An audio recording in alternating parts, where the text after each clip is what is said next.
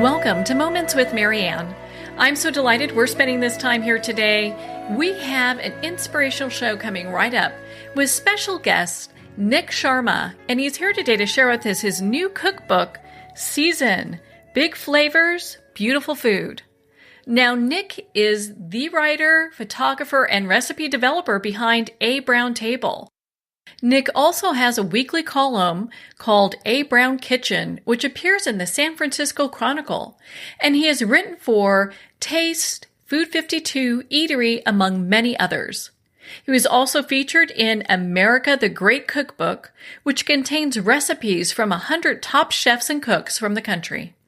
Nik lives in Oakland, and he's here today to share with us, of course, his new cookbook, Season. So let's welcome to the show, Nik Sharma. Hi, Marianne. Thanks for having me in today. Oh, what a pleasure it is to have you here. And my goodness, once I picked up your cookbook, I could not put it down. And most people don't hear that for a cookbook, but you have such amazing recipes in this. Oh, wow. That is amazing to hear. Yeah, it's such a journey. Well, and so I have to ask, when did you start, what was like the first time you started experimenting with food and bold flavors? I think it happened after, as an adult, when I moved to America, is when I started to explore food more from a cooking perspective and just started to have fun with it. And that's when I really started to explore how flavor could be brought into home cooking. Yeah, was there like a certain experiment that you did and it kind of went awry? Because that's how. Oh my gosh! Oh my gosh, that's how I actually started cooking, through a lot of mistakes and making a mess. But to be honest, I grew up in India, and so that's where a lot of my foundations were laid in terms of cooking. I didn't go to culinary school. Everything I watched was from my parents or my grandmother. And then when I moved to America, I was living alone, so I was kind of forced to cook by myself. But at the same time, I kind of also wanted to not only cook the same dishes that I eat in India, kind of bring those flavors into the food that I was eating here. And that's when I started experimenting with flavors. So I would pull in things that you traditionally might not find in either cuisine, and change the sauce in my pasta, change a couple of the spices in there, and play with the types of cheeses that I was tasting, and that made it fun for me. And that's how I started to learn how to explore food from a flavor standpoint. Well, and what's very fascinating, I understand you take all of your own photos too, which really adds to the meal. Yeah, so I started out as a blogger, and before I became a columnist for the Chronicle, for the San Francisco-Chronicle, and because of the nature of the medium of a blog, I had to learn how to photograph because it's so visual. I always tell people that people who run a blog, we're always feeding people with their eyes versus their mouths, actually. And I had to learn how to photograph. During the course of this period when I started the blog, I kind of developed my own point of view on photography, and my photos are usually low lit, so there's less light coming in, but the focus is always on the food or the process that's taking place. I like movement, so I try to showcase that in my photos. I think it actually makes for a much more fun and exciting experience for a reader, because they get to see things that you otherwise wouldn't pay attention to, like perhaps the squirting of a lime, putting that lime juice on a dish, those few drops. I like those moments because they're so simple, they're so unappreciated, and I like to give them a little bit of attention that they deserve. I think it makes us more mindful about the food that we're cooking and really, kind of dive into the process of cooking as this really joyful thing, a joyful experience, as opposed to something we just have to get done to eat. Yeah. And that's kind of what I want people to do, is just because we all lead such busy lives. It's kind of nice just to take a moment, a few seconds, and just watch that happening. It takes away a lot of the stress. That's what it did for me and still does for me, because my mind is elsewhere now. And so I try to do that with the photos. It's also a great way. I've worked in a restaurant before, and it's a great way for me to kind of pay homage also to the people in the kitchen, the process of cooking, because I left my job in science and then moved into cooking. So it's in a way, like my tribute to the beauty of what it is to cook. Yeah. For someone like me who's a visual learner, having, the photos is more than just the beauty of it all. It really helps me to get that picture of how it all came together. Right. And I think that's the thing that also I feel instructional photos are very helpful versus just a bunch of text, especially when you're doing a recipe that requires a little bit, like, for example, pastry or a pie. It's easier to understand things when you see the photos or you look at a video. And the book provides that opportunity to do that. So I want people to find things easy, and that's what I find this is one of the best ways to do it. Well, you have a quote, and I'm hoping I get this correct. Seasoning is just a way to achieve flavor in food we eat. It represents our desire to connect with our past, present, and future. It tells our story. And I love that because it adds so much more depth to what it is that we do when we're cooking. What does it do to you when you're getting a meal together, when you're cooking? So the main reason why we cook, well, there are a couple of reasons why we cook. One is obviously to nourish our bodies, which is our literal need to cook and eat. The second thing is we're also trying to pass down traditions to our kids or family members. The next thing we're trying to do is also build relationships with people that we've never met, which is often why we invite people over for dinner or lunch to our homes or to a party and to celebrate, or even a funeral, And so we're always looking to connect at some emotional standpoint, and I've found that food has always been a very important part of that in every culture you look. And that is what I feel, and that is something that I was doing. I had moved from India to America, and I was using the food and the ingredients, or even the flavors, the taste, and the textures that I had grown up experiencing in one country, but then experiencing it back in a new country, my new home, America. And so it was a way for me to connect all those elements in my life. So I was connecting my past, what my present was at the time, and then also building the stage for the future. I love that. I think that's so just absolutely fascinating. And you can see that in your recipes. I have to tell you, the cover is this fabulous cucumber salad. And I actually made that the other night, and I had some friends over. Oh, wow. Loved it. Absolutely loved it. Oh, great. Yeah, so it's something, your book is something people can actually gather around and do together. It's not, it doesn't have to be a solo event. Yeah, and actually I tell a lot of people that, like, if you're having, like, a friends over for a very small casual occasion, or even family, or it's Thanksgiving or Christmas, pick a recipe from the book. Give each one a recipe from the book to cook, and then have them bring it over or cook it together at your place if you have, the capacity to do that. It's amazing because then you have a conversation. You talk about something fun. And I think it helps connect people in such a fun and exciting way. What are some of your favorite recipes from season? So I have a sweet tooth. I have to admit this. I have a terrible sweet tooth. I will definitely recommend the sweet potato bibinka, since we're getting close to Thanksgiving. It's got sweet potatoes, maple syrup, and a hint of nutmeg, a little bit of coconut milk, and all you do is you bake it in the oven the night before, let it sit, and the next day it's ready. And it's a good substitute for a pie if you don't want to go through all the effort of making a pie. The next thing I would recommend is making the leg of lamb. If you like lamb, I think that's a wonderful dish to make. All you do is you season the meat and then you stick it in the oven. Another dish that I strongly recommend is to make the hot green chutney. It's a condiment that I created to use out all those leftovers of kale and arugula that sits at the back of the fridge. You make the sauce, and the sauce is multifunctional. You can add it to roast chicken, use it as a dipping sauce for crudités. There's a lot that you could do with it. Wow. Well, I mean, there's so many fabulous recipes in here. It'd be difficult to even touch on a small portion of them. They're just amazing. I'm looking through them going, gosh, okay, I need to make all of this, but I'm going to get my friends to come over and help me do it. So I think that's the best way to do it. Yeah, to have, to kind of develop that community. I think this is actually a perfect gift for the holidays, too, because we have the holidays coming up. You have that special someone who loves to be in the kitchen. This is not your mama's cookbook, So, but to talk about family, you use some inspiration from, kind of, being in India. Did you use any of your family recipes as well?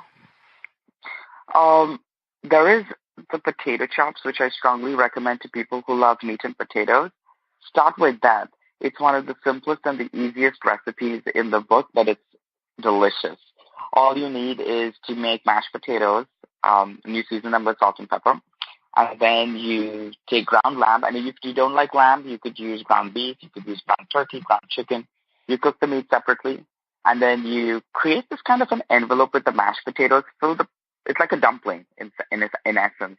All you do is you make a pocket with mashed potatoes, you put the meat in the center, and then fold it over, season it with breadcrumbs, and then pan fry them, and they're ready.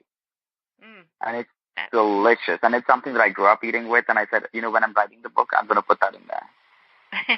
I'm so glad you did. That's going to be one of the next ones that I try, because it just sounds absolutely fabulous, and there's just so many in this book. My goodness.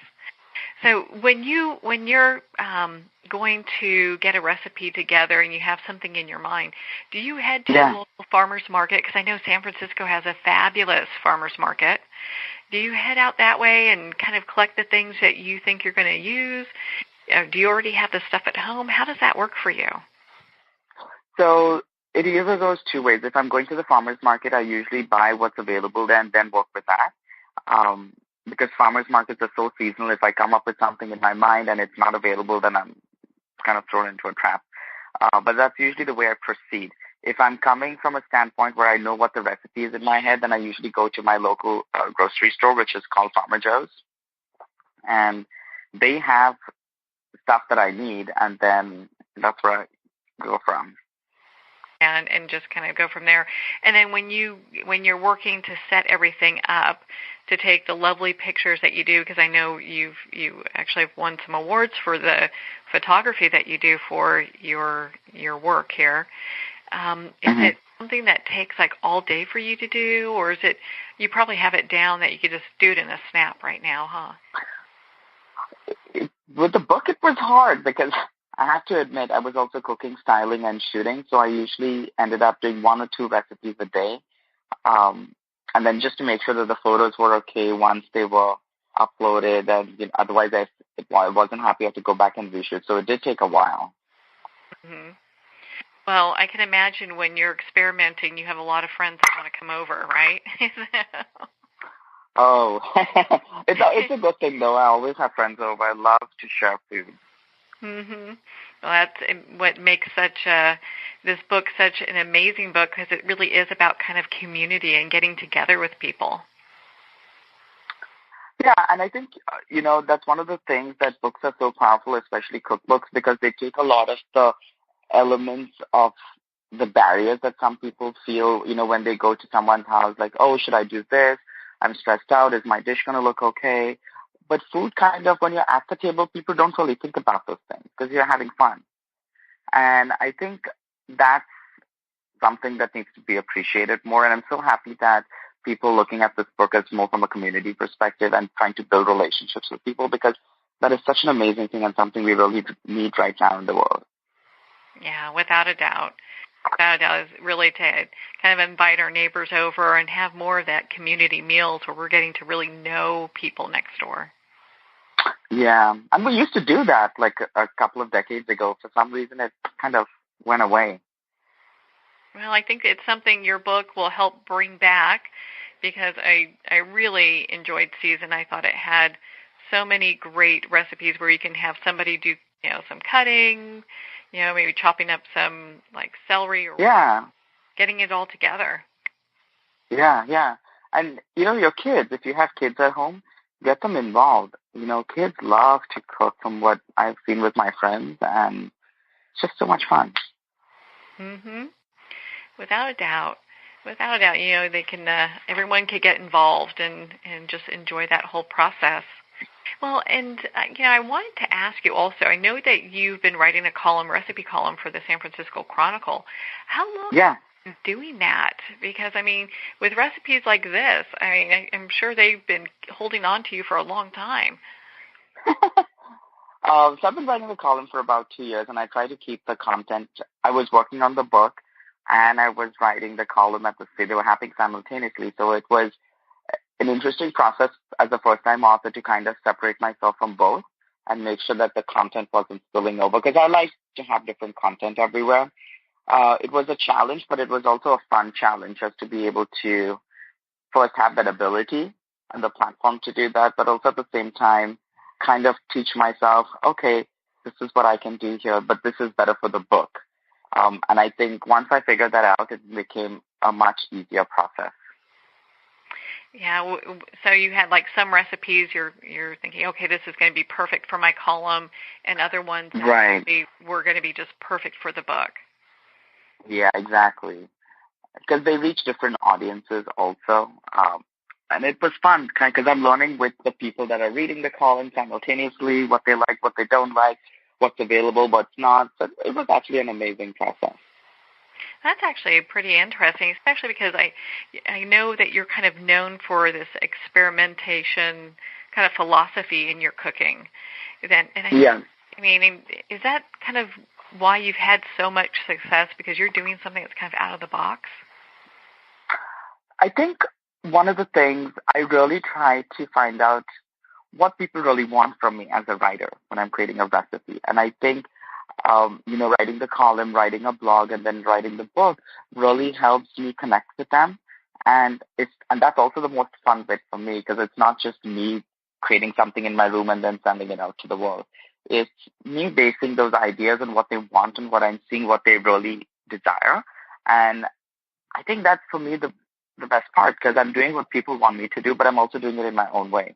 And one of the things I always tell people is don't stress yourself out.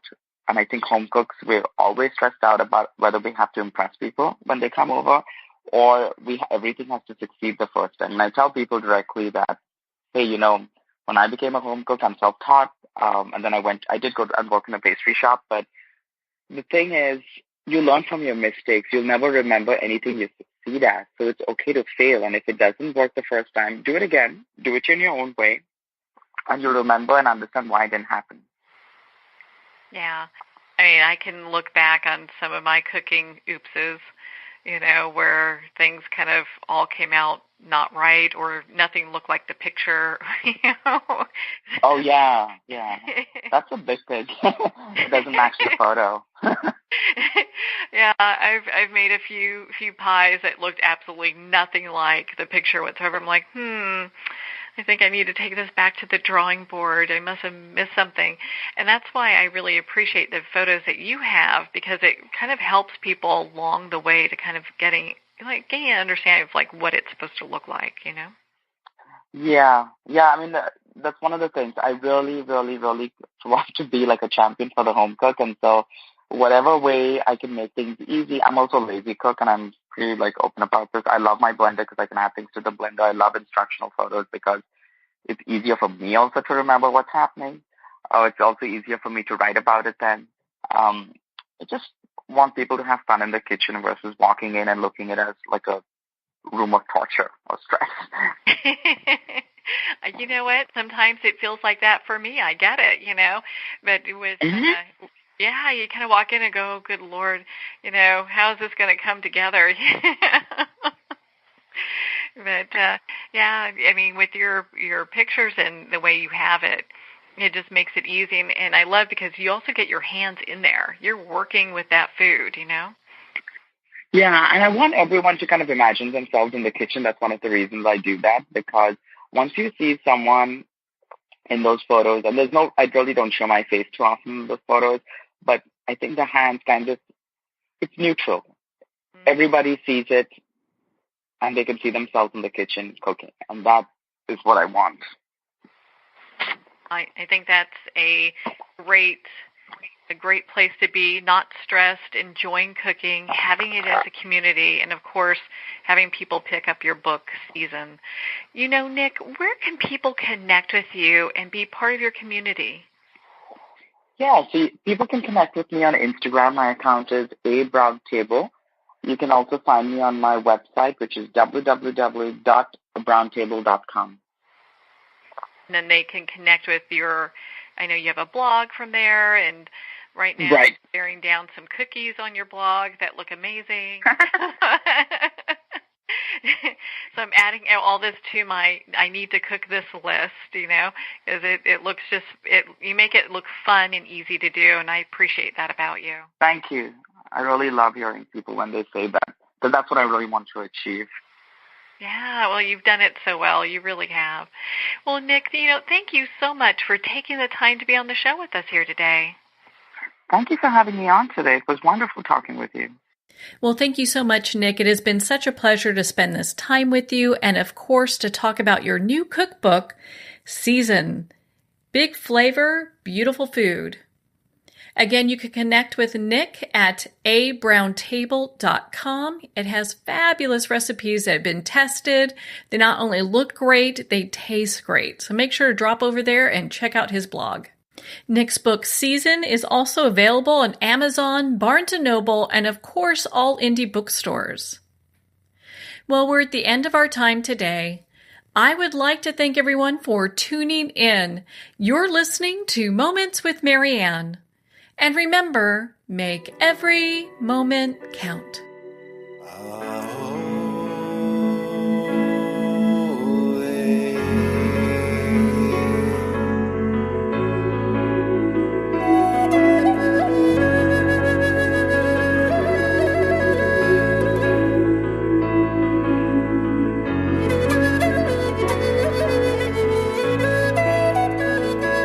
In a single moment, your life can change. Moments with Marianne is a transformative hour that covers an endless array of topics with the best of the best. Her guests are leaders in their fields, ranging from inspirational authors, top industry leaders, and business and spiritual entrepreneurs. Each guest is gifted and a true visionary, a recognized leader in her own work, and while teaching others to develop, refocus, and grow, Marianne will bring the best guest and sometimes a special surprise. Don't miss this. You never know just which moment will change your life forever. Moments with Marianne airs every Sunday, Monday, Thursday, and Friday at 8 p.m. Eastern and 5 p.m. Pacific Time. Make sure to tune in and visit momentswithmarianne.com for more information.